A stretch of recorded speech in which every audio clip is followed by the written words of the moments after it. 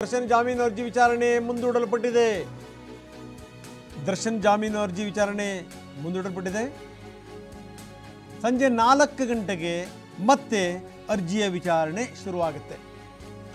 4 ಗಂಟೆ ತನಕ ವಿಚಾರಣೆಯನ್ನು ಸಂಜೆ 4 ಗಂಟೆಗೆ ಮುಂದೂಡಲಾಗಿದೆ.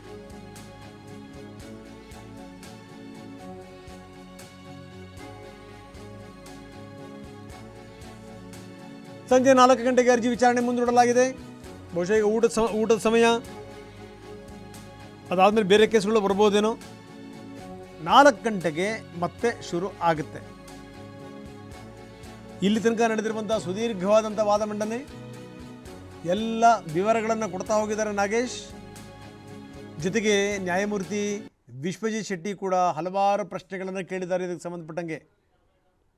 ಅಲ್ಲಿ ಬಹಳ ಜನ ಇದ್ರಾ, ಏನು ಎತ್ತ, ಅದರ ವಿವರಗಳೇನು, ಆ ರೆಂಬೆ ಕೊಂಬೆಗಳು ಸಿಕ್ಕವಲ್ಲ ಅದಕ್ಕೆ ಸಂಬಂಧಪಟ್ಟಂಗೆ, ಜೊತೆಗೇನೆಂದರೆ ಲಾಠಿನಲ್ಲಿ ರಕ್ತದ ಕಲೆಗಳು ಇದ್ವಾ, ನೈಲಾನ್ ಹಗ್ಗದಲ್ಲಿ ರಕ್ತದ ಕಲೆಗಳಿದ್ವಾ,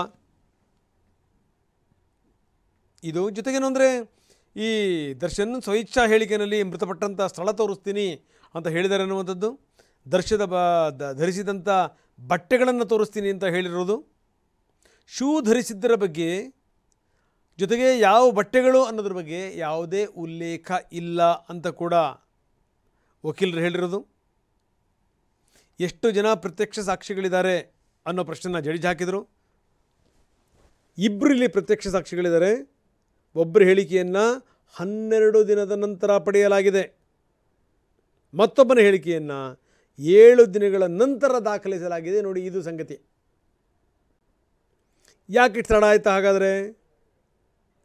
ಆರಂಭದಲ್ಲಿ ಕೊಲೆಗೆ ಬಳಸಿದಂಥ ವಸ್ತುಗಳನ್ನು ವಶಪಡಿಸಿಕೊಳ್ಳೋದರಿಂದ ಹಿಡಿದು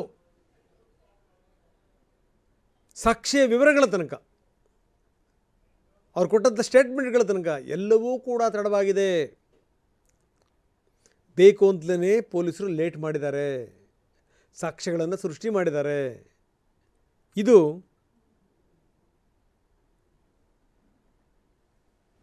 ನಾಗೇಶ್ ಅವರ ವಾದ.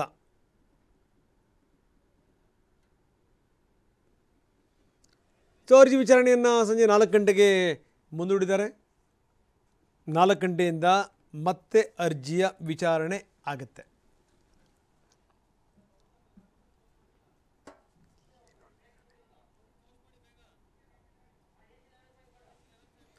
ಹಾಗಾದರೆ ಇವತ್ತು ಏನಾಗ್ಬೋದು ಅನ್ನುವಂಥದ್ದು ಭಾಳ ಕುತೂಹಲ ಕಳಿಸಿದೆ.